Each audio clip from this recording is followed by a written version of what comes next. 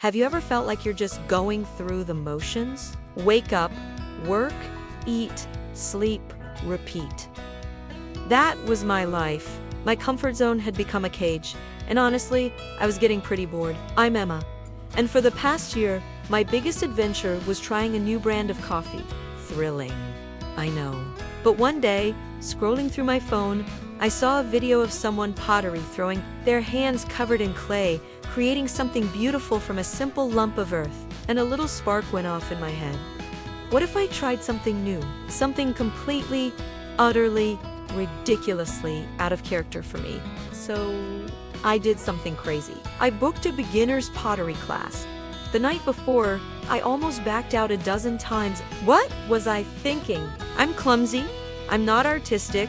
I'm going to make a fool of myself. My brain was a master at creating worst-case scenarios. I pictured my lump of clay flying across the room and hitting the instructor. I imagined everyone else making perfect vases while I was still trying to figure out how to turn the wheel on. But a tiny, persistent voice whispered, "What if you don't? What if it's fun?" Walking into that studio was terrifying. It smelled like damp earth and creativity. People were chatting, laughing, already looking like they belonged. I, on the other hand, felt like an imposter. I picked a wheel in the corner, hoping to become invisible. The instructor, a wonderful woman with clay smudges on her cheek and a huge smile, started the class. She made it look so easy, so graceful. Then it was our turn. A big, cold, wet lump of clay was placed in front of me. This was it. The moment of truth. My first attempt was a disaster. A hilarious, wobbly, muddy disaster. I was supposed to center the clay to find its core and calm it. Instead, my clay seemed to have a mind of its own. It wobbled, it lurched, it collapsed into a sad, brown pancake. I looked around, and guess what? I wasn't the only one. The person next to me had clay splattered all over their face. We caught each other's eye and burst out laughing. And in that moment, all my anxiety just melted away. Who cares if I was bad at it? It was fun. The next hour was a blur of concentration and laughter. I wasn't just playing with mud. I was learning to be patient, to listen to the material in my hands. I learned that if you push too hard, it falls apart. If you're too gentle, it won't take shape. It was a strange and beautiful dance. Slowly, very slowly, something started to emerge from my spinning lump of chaos. It wasn't a perfect vase. It wasn't even a decent mug. It was a lopsided, wobbly little bowl. The kind of thing a kindergartner would proudly bring home to their parents. And I had never been prouder of anything in my life.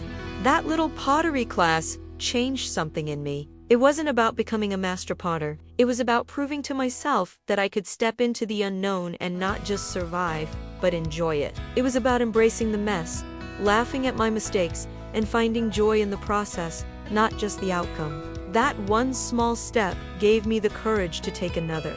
The next week, I signed up for a hiking group. I'd always told myself I wasn't outdoorsy. Turns out, I just hadn't tried. Standing on top of a hill, looking out at the world, I felt a sense of accomplishment that I hadn't felt in years. After hiking, I tried a cooking class. I learned to make pasta from scratch, getting flour absolutely everywhere. Then, it was a dance class salsa, to be specific. I have 2 left feet, but I stomped and twirled and laughed until my sides hurt. Each new experience wasn't about being good at it. It was about collecting moments, not things. It was about feeling alive, engaged, and a little bit scared. It was about replacing the what if it goes wrong with what if it's amazing. This journey hasn't been about grand, expensive adventures. It's been about finding the small pockets of novelty in everyday life. Emma Esky barely stopped moving from the salsa class when her heart was already searching for its next rhythm. The world felt bigger now, full of possibilities she'd never noticed. One rainy Saturday, huddled under a blanket, she scrolled past images of vibrant canvases. An ad for a local painting workshop popped up. Her first thought, I can't even draw a stick figure. The old Emma would have closed the tab instantly. But the new Emma, the one who'd spun clay and conquered trails, felt a spark. She signed up before the doubt could settle in. The studio was bright and smelled of turpentine and fresh paint. A blank canvas stared back at her, intimidating, and white. The instructor, a kind woman with paint-splattered jeans, encouraged them to just start, to let go of perfection. Emma hesitated, brush hovering. She remembered the awkward first steps in salsa, the lopsided pot from her pottery class. It was never about being perfect. It was about trying. So, she dipped her brush in a bold, defiant blue and made the first stroke. Hours melted away. She mixed colors, experimented with textures, and soon, a landscape of a dreamy, starlit sky emerged on her canvas. It wasn't perfect, but it was hers. Looking at her creation, she felt a profound sense of peace. She had created beauty out of nothing but a blank space and a little bit of courage. Next, Emma decided to challenge a different part of herself. Her mind, the world of tech, had always seemed like a foreign language to her. Coding. That's for geniuses, she'd always thought. But a friend mentioned an online course for beginners, designed for people just like her. The first few lessons were tough, filled with strange symbols and frustrating error messages. More than once, she wanted to slam her laptop shut. She felt that familiar resistance, the voice that said, "This isn't for you." But then she remembered the view from the mountaintop, the taste of a dish she cooked herself, the rhythm of the salsa music. She remembered the joy that came right after the struggle. So, she persisted. She joined online forums, asked questions, and celebrated every small victory, like making a single line of text appear on a web page. Slowly, the cryptic lines of code started to make sense. It was like solving a puzzle, a logical dance of commands and functions. One evening, after weeks of work, she ran her first simple program, a little app that generated daily positive affirmations. Seeing the words "you are capable of amazing things" flash across her screen, words she had programmed herself, brought an unexpected tear to her eye. It wasn't just code, it was a message to herself. With a newfound confidence in her artistic and intellectual abilities, Emma felt a pull towards something bigger. She wanted to share the joy she'd found, to connect with her community in a meaningful way. She started volunteering at a local animal shelter. The work wasn't glamorous.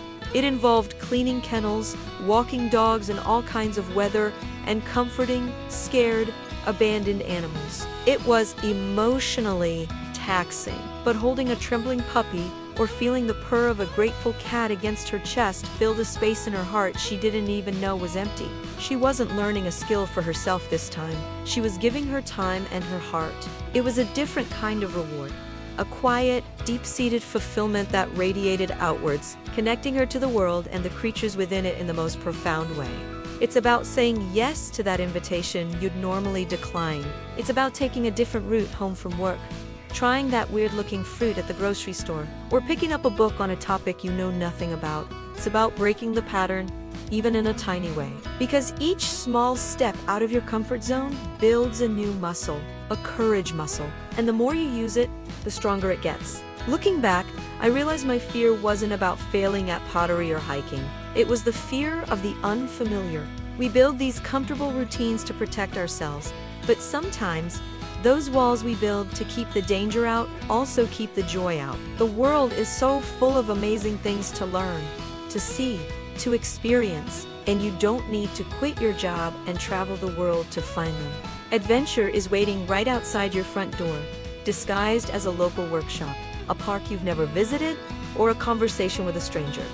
So, here's my challenge to you. What's one small, new thing you can try this week? It doesn't have to be big or scary. Maybe it's listening to a new genre of music. Maybe it's trying to sketch something for 10 minutes. Maybe it's just ordering something different at your favorite cafe. The goal isn't to be perfect, it's to be present. It's to remind yourself that you are capable of more than you think. You are more than your routine. Let me know in the comments what you're going to try. I'd love to hear about your adventures, big or small. Let's step out of our comfort zones together. Thanks for watching, and don't forget to subscribe for more journeys into the new and unknown.